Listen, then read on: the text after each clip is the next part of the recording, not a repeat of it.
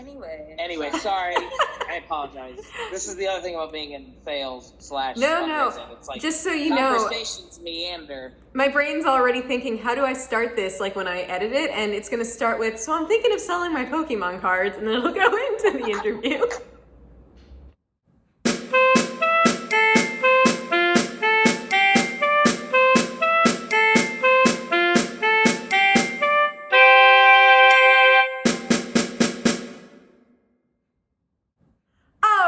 Welcome back to Ace Chat. Today I am sitting down with Marcus and Tara, and we're going to talk about all things Ace, and I don't actually know what else because we've already talked about a whole bunch of other stuff. So we might talk about Pokemon cards.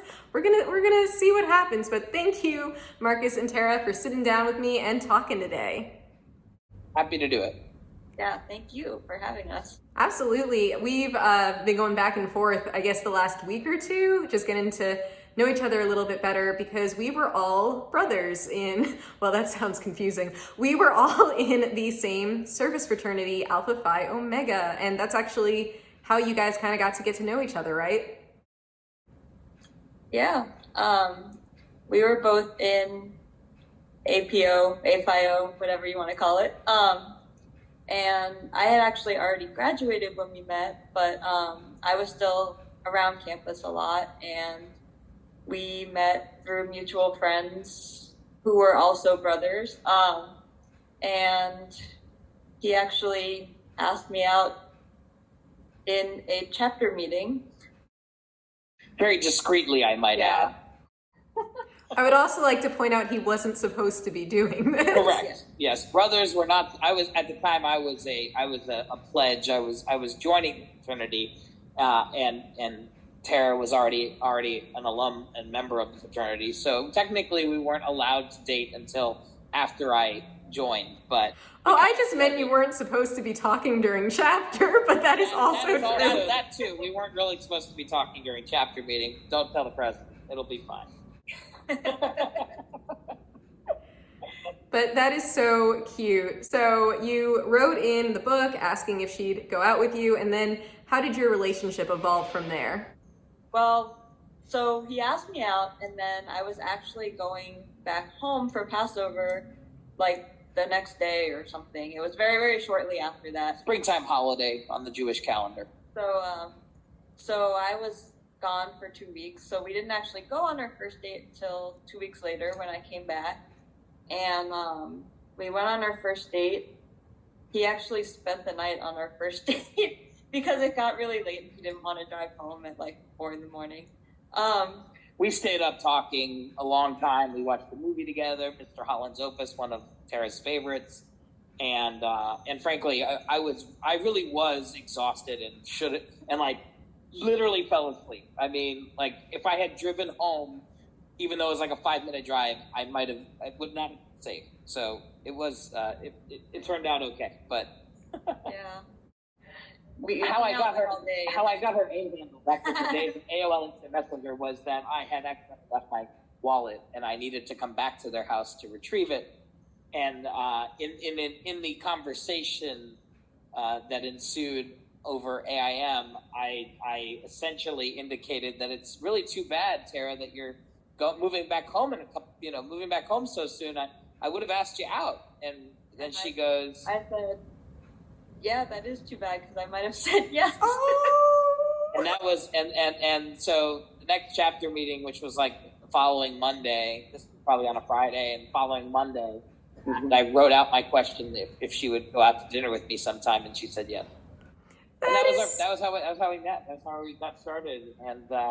And so then after our first date, I was moving back home for the summer, like a couple of weeks after that, or maybe a month. I don't know. I don't remember how long it was. Not very long. And he helped me pack up my car, and we drove back.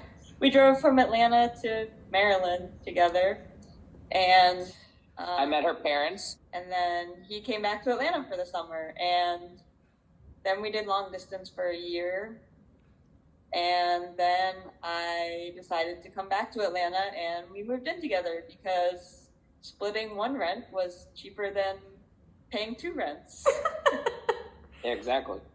And then, you know, when we moved in together, I mean, we were just an old married couple. Like, you know, we would watch baseball games together, play board games, but we were really, really close. And like, you know, even I want to say, I forget what number date it was, but early on we were talking even about, you know, eventually wanting to have kids and a couple of other things that, you know, you don't normally talk about so early in a relationship, but like we were kind of an old married couple early on.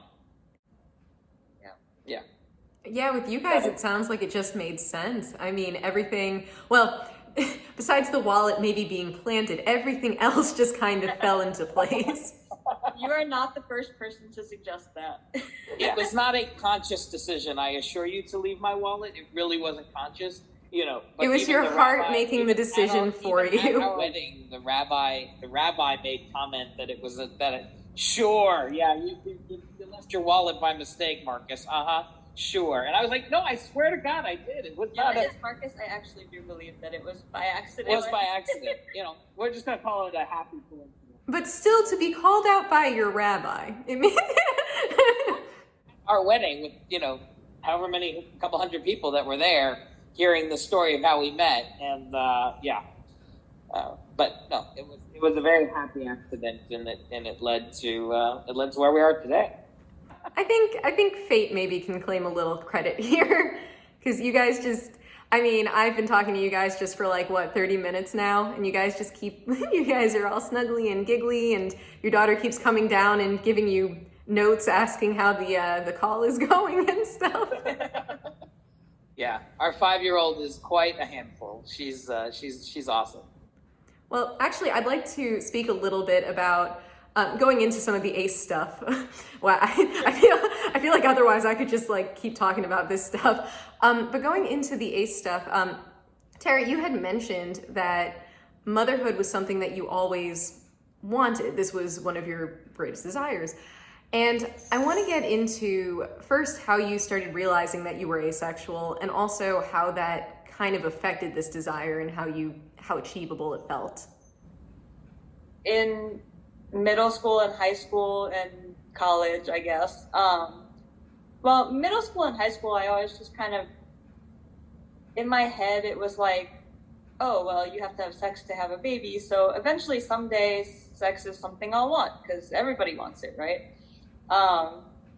And, you know, in middle school and high school, I really didn't think too much about it. I wasn't really super social, so I wasn't around it very much. Like, most of my friends, some of them were dating, but nothing like super serious. Like, it wasn't really that much on my radar at that point.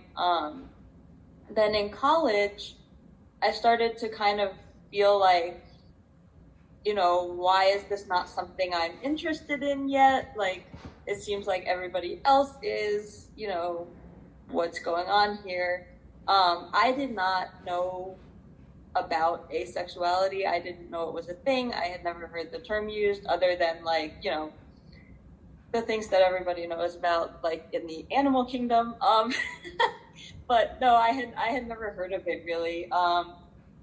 One time, I don't remember if it was in college or just after college maybe, I heard one of my friends mention about another friend that they thought that he might be asexual, and I think they said it as a joke. Like, I'm still not sure whether it was a joke or not. That was the first time I ever heard that word used to refer to a person, and at the time I was kind of like, that's interesting. And I think I actually did a little research at that point and kind of looked into it, and then it kind of like fell off my radar for a while.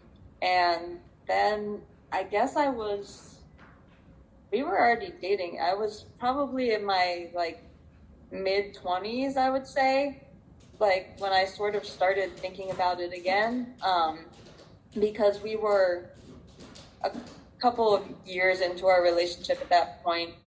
We had, you know, kissed and stuff, but we never really, I mean, we had tried some stuff beyond that, but not, you know, I wasn't really interested. Yeah.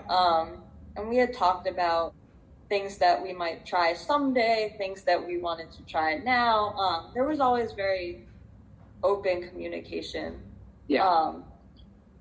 And so at some point in my mid-20s, I like rediscovered the idea of asexuality, and I did more research.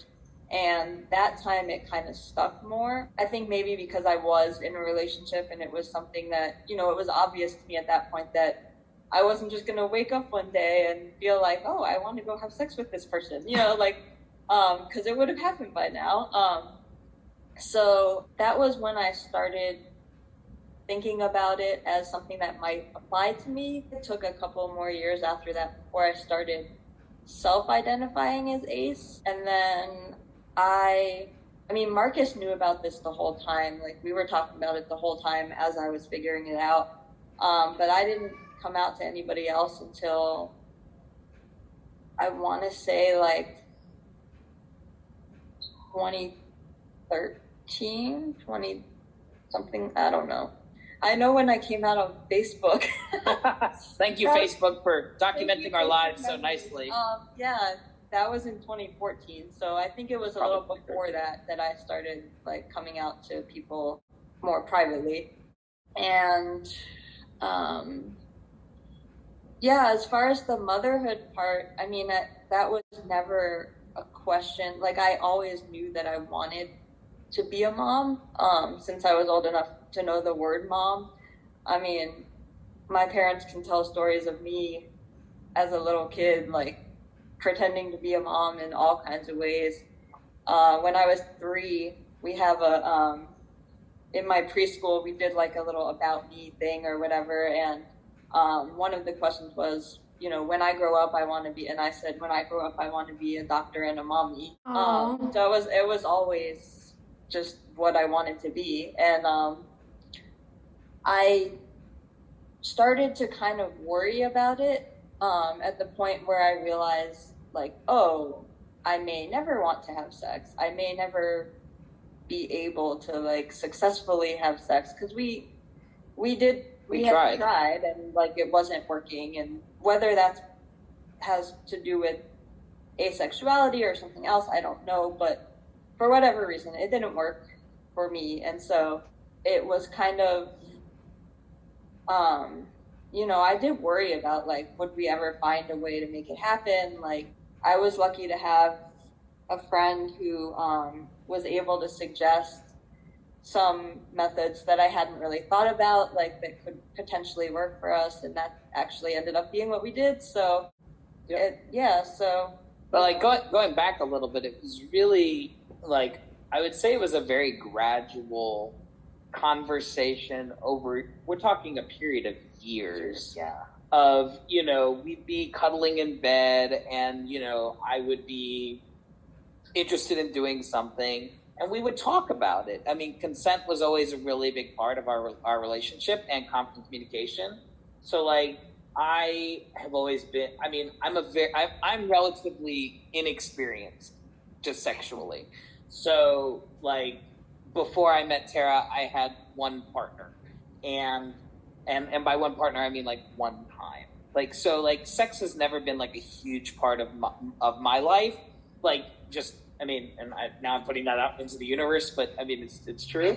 But the biggest thing for us was always our communication and the fact that, you know, we talked a lot because we wanted to have children, and when we tried a variety of things to make sex a possibility, and we worked on stuff, it became clear, you know, over a period, again, maybe of like 6 months of like when we were really working on things sexually, where it was like, you know, maybe this just isn't working, and let's look at other options. Like, it was, you know, making sure that we were both comfortable and just building that trust. So it really started, I mean, it was a very gradual sort of realization, I think, that sex is just not going to be a part of what we are doing. And we are intimate in other ways, and we cuddle and snuggle and things like that.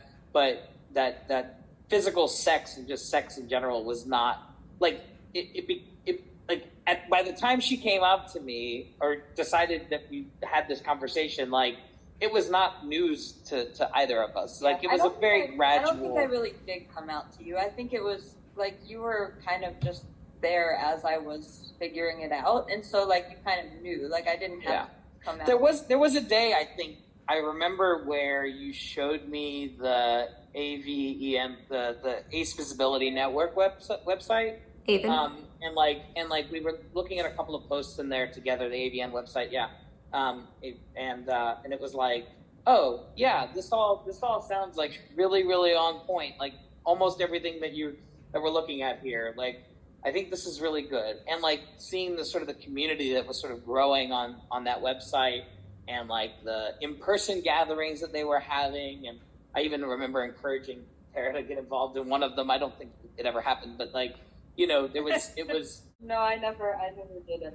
Sort of the concept of Ace Visibility was really just fledgling at the time. I mean, even now, I think asexuality is just kind of underrepresented and it's not very visible. So I give major kudos to the effort there, and obviously even conversations like this to help sort of spread awareness, but also just destigmatizing. I mean, like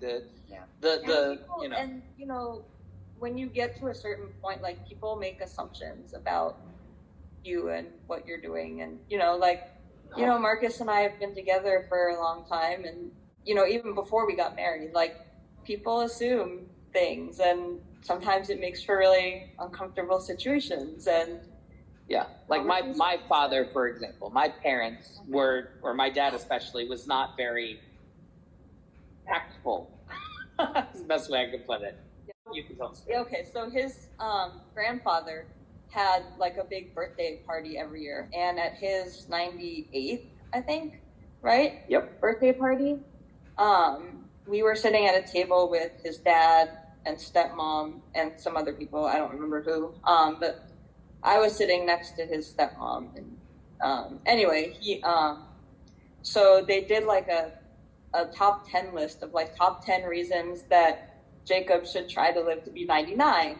And one of them was to hopefully, so that Tara and Marcus can hopefully make him a great grandfather, which was, I mean, like uncomfortable, but also like, okay, like we were trying at that point, even though they didn't know that, like, it was a little tactless, but it wasn't like horrible.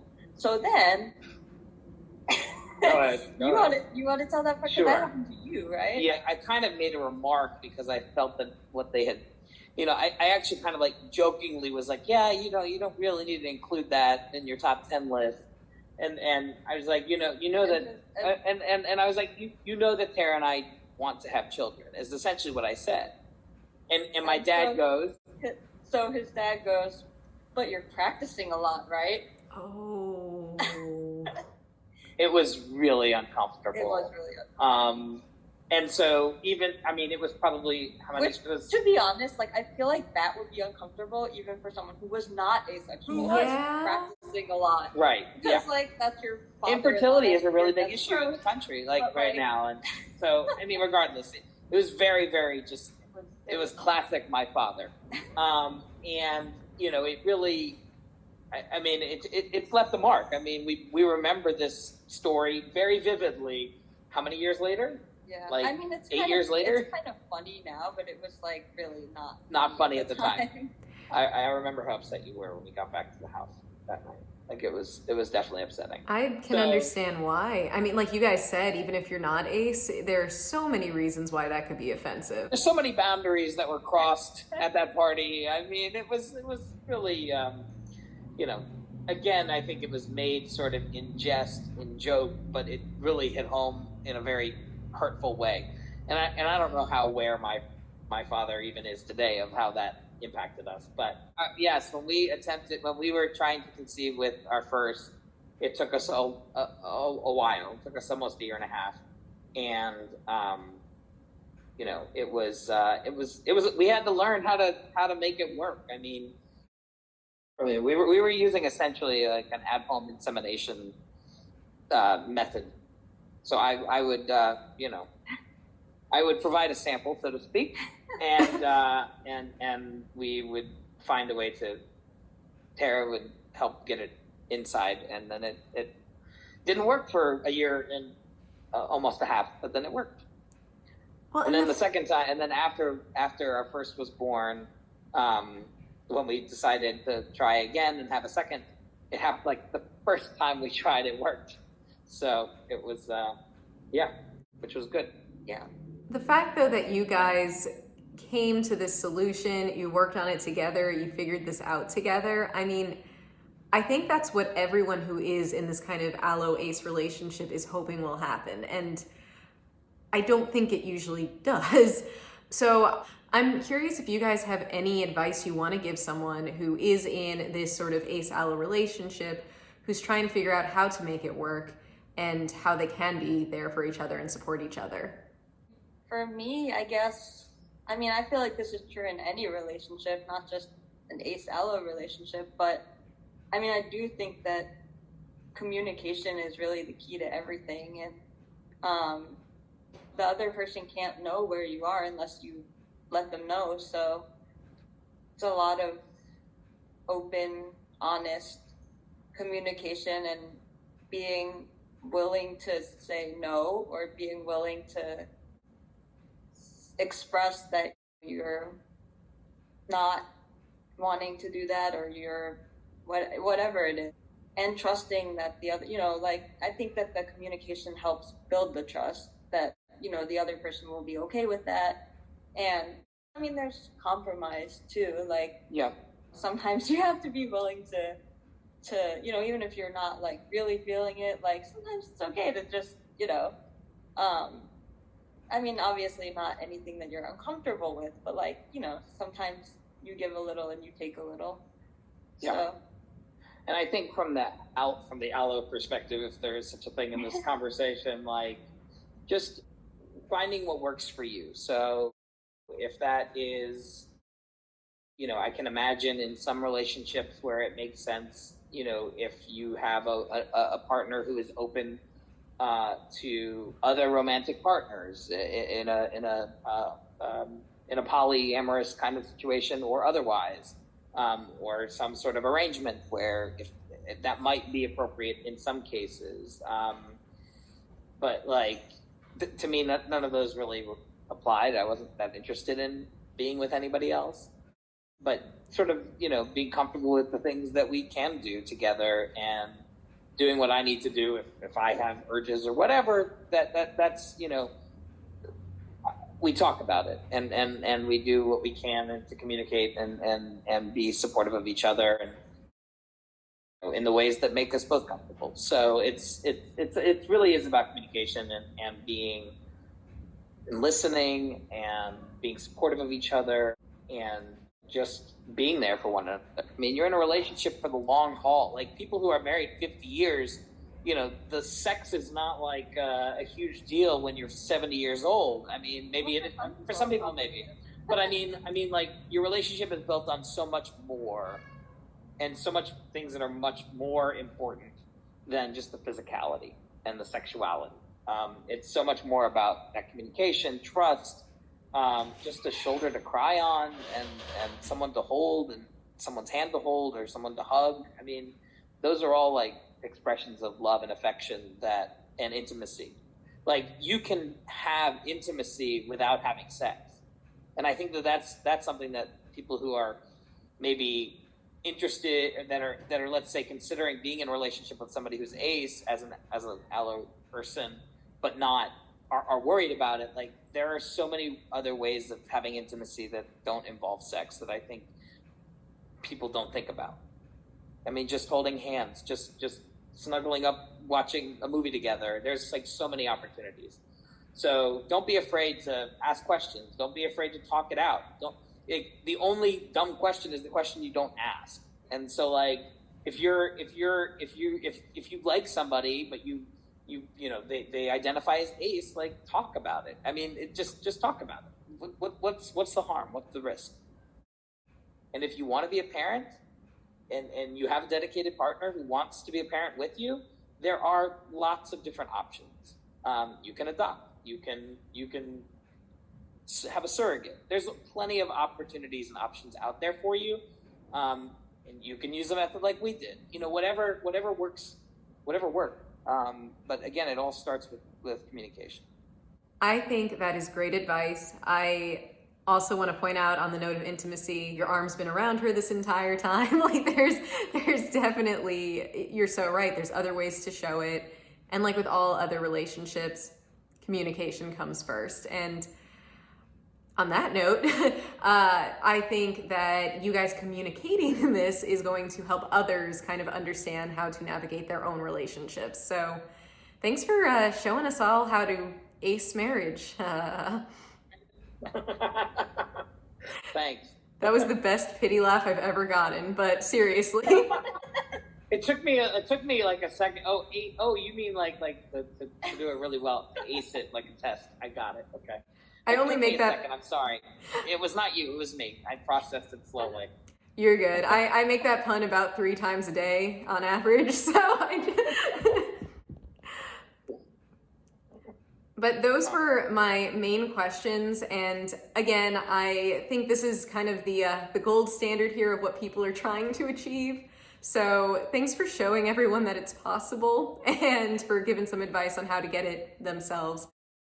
So once again, I am Marissa, and I've had the pleasure of speaking with Marcus and Tara today, and hopefully all of you guys have learned a little bit about how to have these sorts of relationships for yourself, how to kind of navigate this journey yourself. So thank you again so much for joining us here today on Ace Chat. Oh, we're happy to do it. Happy to do it, and frankly, to meet other Ace people. I think it's the more that this gets out there, the more people don't feel alone.